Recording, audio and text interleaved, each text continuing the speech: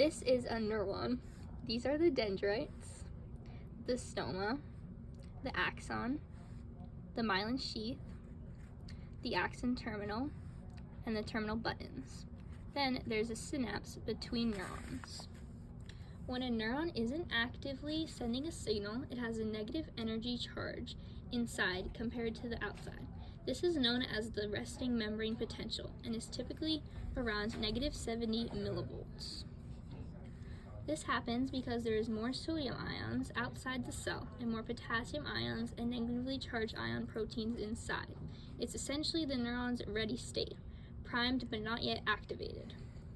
Neurotransmitters are chemicals that allow neurons to communicate with one another. There are two main types, excitatory and inhibitory.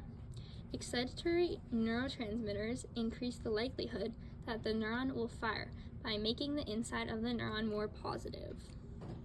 Inhibitory neurotransmitters do the opposite. They make the neuron more negative, decreasing the chance it will fire. The balance between these inputs determines whether the neuron will become active.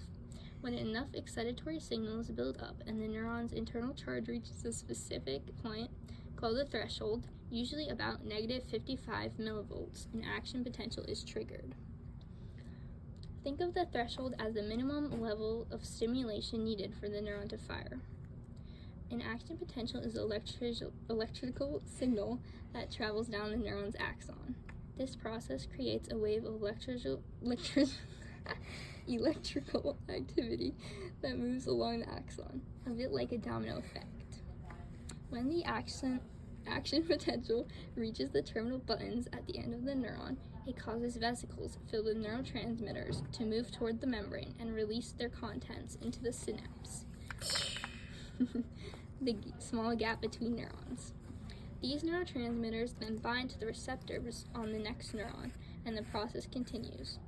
After the message is sent, the neurotransmitters in this synapse don't just sit there though.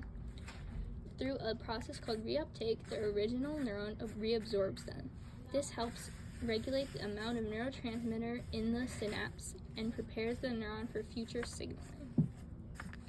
The end.